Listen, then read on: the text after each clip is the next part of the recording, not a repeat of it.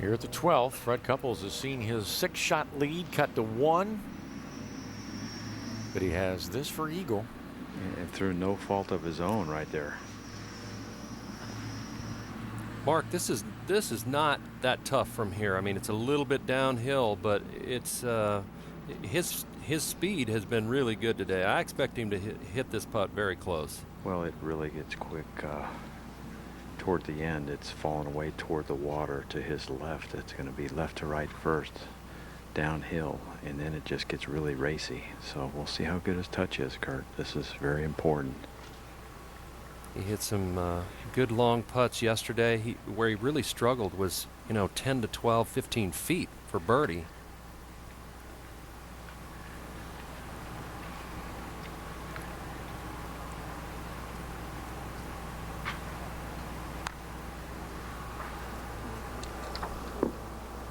Needs to leg it out. Come on, a little louder. Not bad, but not dead yet. So he'll have that for birdie to extend his lead to 2. Let's do a dance. Shall we dance? You go that way, buddy. And along with Fred Couples, Tommy Armour III, Paul Azinger, and Corey Pavin are helping to solidify a very strong Champions Tour. Read all about it on Tour Insider on the Champions Tour homepage, only on PGAtour.com.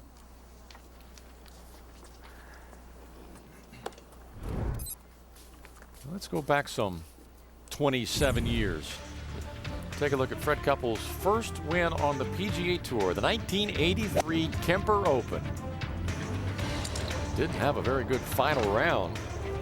He shot 77 the final round to get in a playoff.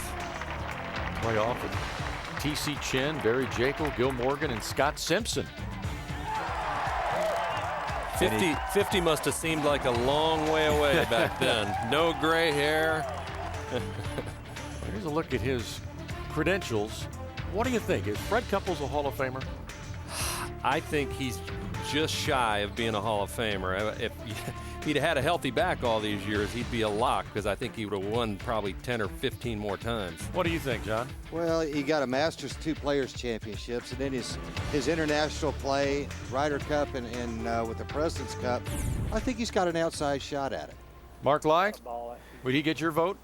Yes, he would, but it's a marginal one. But I think you've got to look at the whole picture, not just the numbers and what he's meant to the game, and that contributes to Hall of Fame type credentials.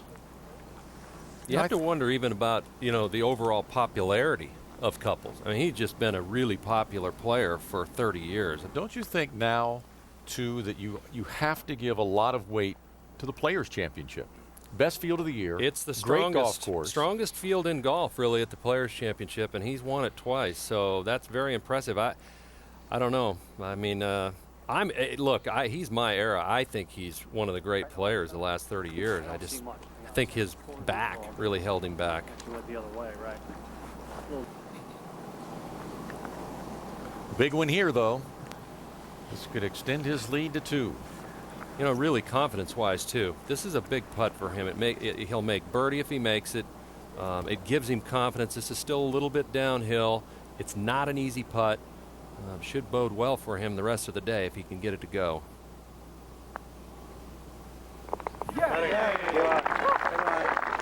Fred Couples 6 under on the round, 15 under for the tournament, and now a 2-shot lead. Well, this is something you don't see every day. Fred Couples, during a round, signing an autograph. Pretty relaxed out here Only on the Champions Tour, right? You're gonna see These that. guys accommodate. That's one of the beauties of this tour. He's ready to go now at 13. First to play on the par 3. And again, very difficult stretch of holes here. The par 5, 14th, the only breather you have. A look from the accessible hole location all the way back to the tee, 192 yards. What's the cover to cover that rink? Take a look. 64th down. We got 6 just left of the rig, so let's call it 72-ish in here at the most. At the, with the rake, kind of at yesterday's ball. Yep. 70, 71. So I got 89 to the hoe. Right. 11. Get What do you think? You want to go 7? Full 7? You can make that nice That's one. a long seven. No, I hear you. 190. Thank you. I hear you. This one's 75 in the air. Okay. On the left. That's about what. That's a good call there. Exactly as they discussed. Those clubs you saw underneath the graphic. 90 to the hole. You got it. And I guess Mark Lowry says that 6 is going to go 175 in the air, huh? Yeah, they're hoping it goes at least that far. That's what he needs on the bottom end of that, but I think he'll fly it further than that. These greens are pretty firm. I think, 180 max out here with this 6-iron, and it'll release.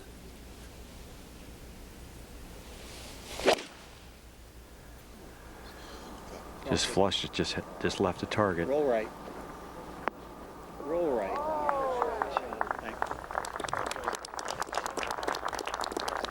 Fred Couples with a 1-shot lead. He's now playing the par 3 13th and has a birdie putt. Very makeable putt here. Not a whole lot to this downhill.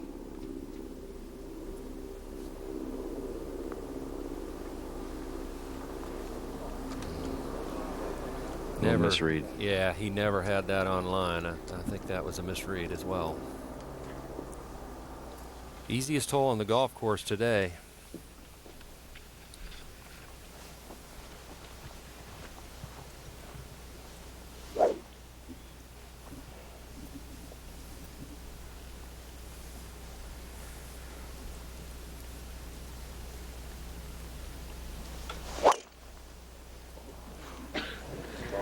Ball.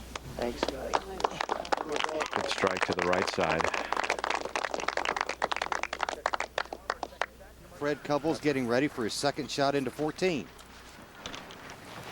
And he did not catch all of that 3-wood. 70's the front.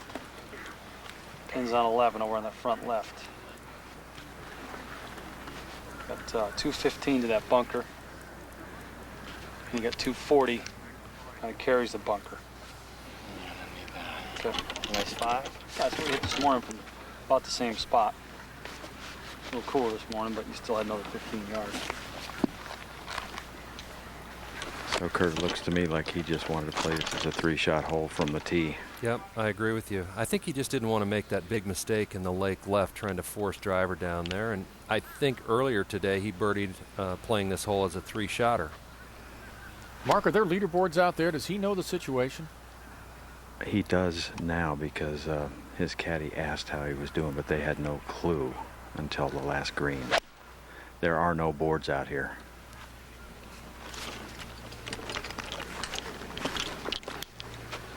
Say that for the next hole. Freddie, have any idea what's going on? Could he possibly know what's going on there as far as the tie for the lead is concerned, Mark? He does not know that he is tied. His caddy wanted to know what Tommy was doing. At the time, Tommy was 14 under, and I told him, but he's got no indication that Tommy's just made another birdie. So you just wonder if it would have influenced the way he played that hole. So we are now tied at the top of the leaderboard in the final round of the Ace Group Classic, and we are